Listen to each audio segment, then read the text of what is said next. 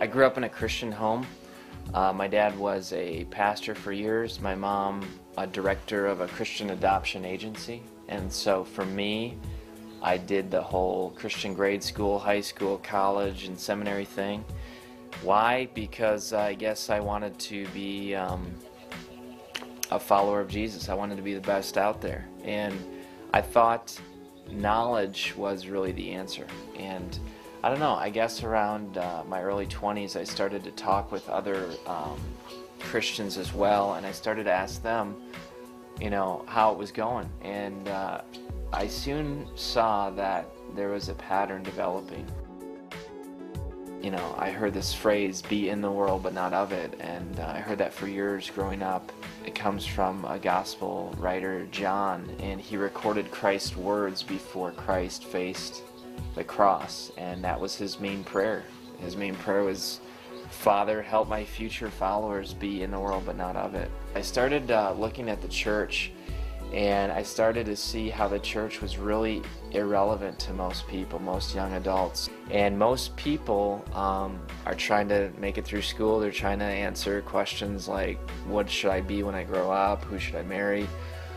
All these major life questions. And yet they go to church and it's almost like it doesn't relate with them. You go to church, you want some of these questions answered, and instead you hear this sermon or you interact with these people that don't even relate with your issues, your things. And I think sometimes that we're scared to just create good art. We're scared to create good literature. We're scared to create good music. We think that we often need to put the solution into it. And I think the world looks at that and they say, gee, these Christians, they're not even real. They don't even struggle. They just are fake. I think that I want to be the type of person who's authentic, who is honest with my struggle and shares that I'm in process, but yet that I do have hope. I mean, Jesus is my hope, and I'm not ashamed to say that. I have a friend of mine who says that Christ made the comfortable uncomfortable. That would be the Pharisees. And he made the uncomfortable, the prostitutes, tax collectors, comfortable. He didn't accept their sin, but he accepted them as people and then showed them the next step.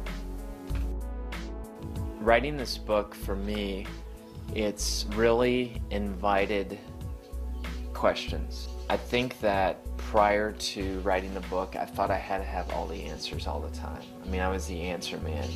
Anyone had a struggle, boom, took them right to that scripture verse. It's not that the Bible is any less true. It's that I guess my need for it is more exposed. So for me, my life has changed in the sense that I'm walking the fine line. The gray that is out there in the world, I'm okay with it. I'm okay taking that gray into my relationship with God and asking Him what it means in this particular situation to love God and love people. Before I had prescribed answers and a plan.